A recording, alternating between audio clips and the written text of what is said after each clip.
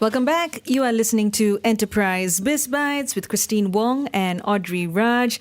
On the show today, we are talking about plugging the leaks. A database seller has claimed that they are in possession of a dataset that belongs to the JPN, the National Registration Department, which has the entire population of the country with birth years from 1940 all the way to 2004. That includes my grandparents, my parents, myself, and not my daughter yet, Chris. Yet. Yes, yet. And it is currently being listed online with an asking price of 10,000 USD or about 44,000 ringgit. Yep. Now, to answer all our questions, we have on the line with us CF Fong, CEO and cybersecurity consultant at LGMS. He's also a white hat hacker.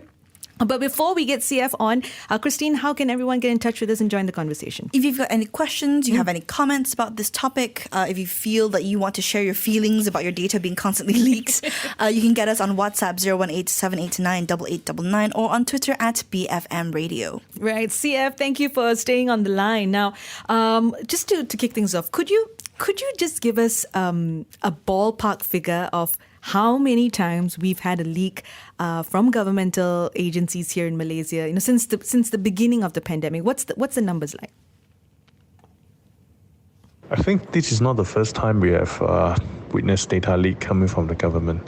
Last year, September, there was a report as well regarding the personal data was leaked out from government agencies, and then the years before, and it's nothing new. Other than data leak, we also have witnessed quite a number of government agencies were attacked and taken over.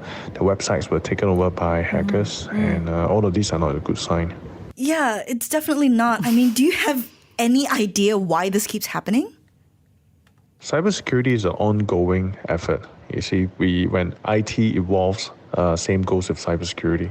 So it's an ongoing process that we need to maintain the cybersecurity of information protection, and particularly for government agency who has almost everything about us. We actually kind of have high expectations for government agency to be more proactive and even aggressive in managing our data. So it's an ongoing effort. It's not easy for government agencies to keep up with the industry, and not just for Malaysian government. I mean, for governments from around the world, it's an ongoing issue. But the moment that we realize this, that security is an ongoing issue, then the better we get. Unfortunately, I think based on the historical incidents, I think our government are kind of slow in this area. Right. CF, who would want to do this? Who do you think is behind all of this? If you were to make an educated guess, who would you think are the likely perpetrators here?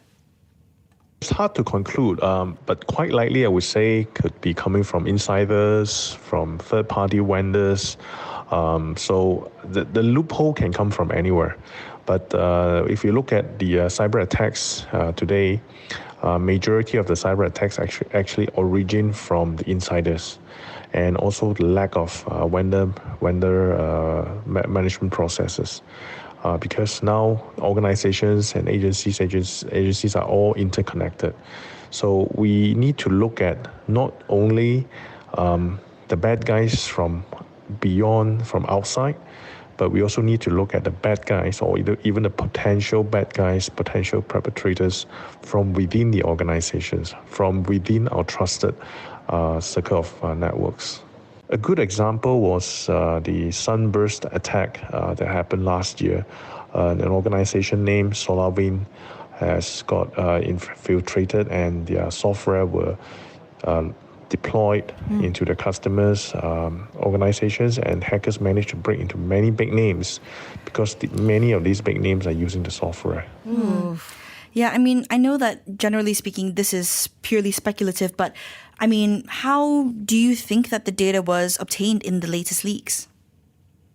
Well, unless the government come forward and be transparent about the investigation results, otherwise, whatever we are saying is just hearsay. So in another way, as a Malaysian citizen, I would expect the government to come forward to share with us the investigation results and what are the countermeasures have been taken. Otherwise, whatever we are saying is just speculations. So this latest leak, right, CF, it has the data of everyone born from 1940 to 2004. Now, that's a lot of data. It's a lot of valuable information. And it's being sold online for, if you think about it, a relatively small amount. How much is it actually worth in the wrong hands? How much is this kind of data actually worth, CF? Many Malaysian personal data is being sold online, especially when in our course of investigation, we have also come across agents from the financial industries such as insurance, even property industries, are able to access this customized personal information and to tailor-make their marketing program by using our personal data and then make cold callings or mailing. And this is kind of like a known secret, and everyone is leveraging on. Our personal data has been widely sold, not only on the dark web, but in the circles of some of these agents, property agents and insurance agents. Yeah, I mean, speaking about that, right? Who else might be most likely to buy up this kind of data, and what would they use it for? Well, the buyers can consist of legitimate business owners, legitimate business organizations, such as some of the insurance agents, and also criminal groups, criminal syndicates who can make full use of this personal data to tailor make a very convincible scams. That's why we have been witnessing many online scams nowadays with very specific and accurate personal information to be used in the scam and made it so convincing. Right. Now, CF, speaking of scams, I think that's where most of us first go when we think about our data being leaked and being sold online. It's like, I'm going to get more scam calls and things like that. But is there a direct correlation between leaks like this and the rise in scam calls, and also some emails, phishing emails that we've been getting lately? I absolutely think that there is a direct relationship between these scams nowadays, the online scams nowadays, and this data leak. Because of this leaked data, scams become so convincing.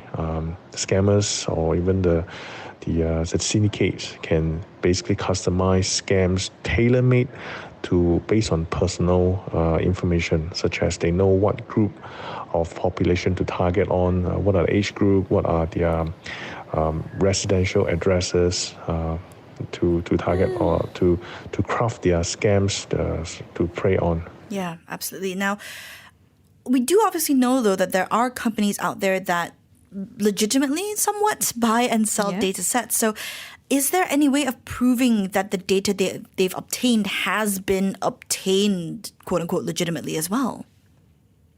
You're right. There are companies, organizations out there who are buying and selling personal data for marketing purposes. And we say many of these organizations do not operate in a legal way. The personal data that was being buy and sell are not authorized by the owner themselves. And this has been a known secret among some of these financial industry players in insurance or even property marketing players.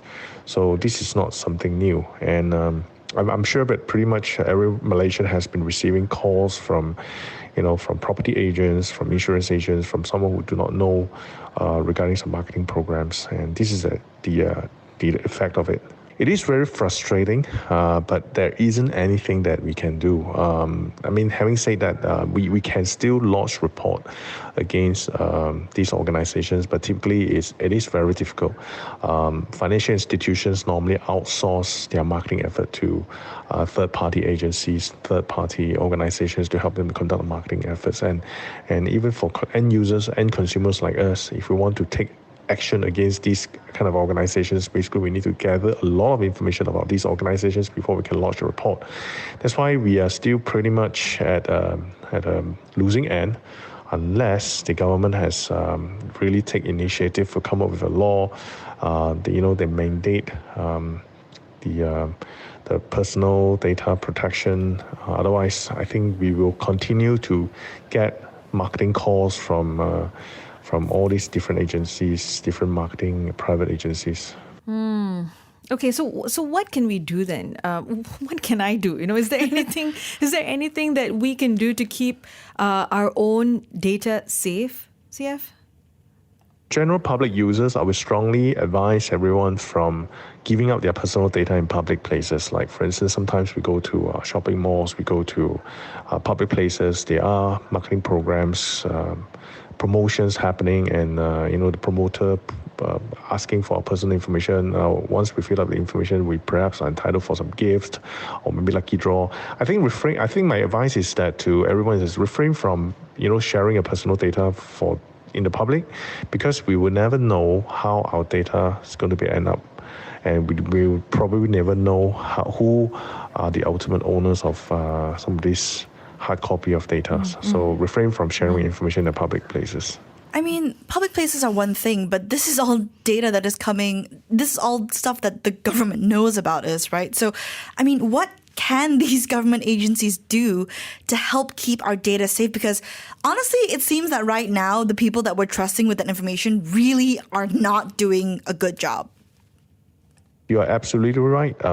I'm actually hoping that the government can take a more aggressive stance in terms of protecting our data. And not only that, from a legislation perspective, we need to review our current PDPA, because the current PDPA do not cover the government's accountability when it comes to data loss, data management.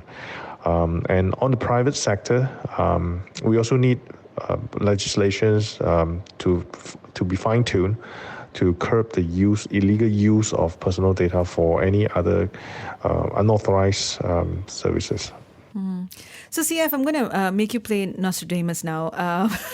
And just out of curiosity, what's the likelihood that we're going to see more leaks before this year is out, before the end of 2022? But if we keep maintaining the status quo, I'm pretty confident that we will continue to see more data leaks, more websites, government agencies get compromised. So we really need to do something aggressive and proactive in order to help make our cyberspace safer. Yeah, definitely. And I guess on the more reactive side of things, Bukit Aman have said that they are launching an investigation. Yeah. I mean, how likely is it that they're actually going to catch anyone? Well, I have no idea about this. In fact, I'm still waiting for the investigation results that supposed to release regarding the incident last year, September, and I'm still looking forward to look at the investigation results. So at least when we look at the report and we can get to learn something, where was the problem, where was the loophole, and how did the data was leaked out, and at least we can learn something. Without this report, we are not able to pick up from our mistakes, and we will expect to continue to see the similar kind of incidents reoccurring again. So, which is quite sad. It is indeed. CF, thank you for joining us. Thank you for being frank with us. That, of course, was CF Fong, CEO and cybersecurity consultant at LGMS.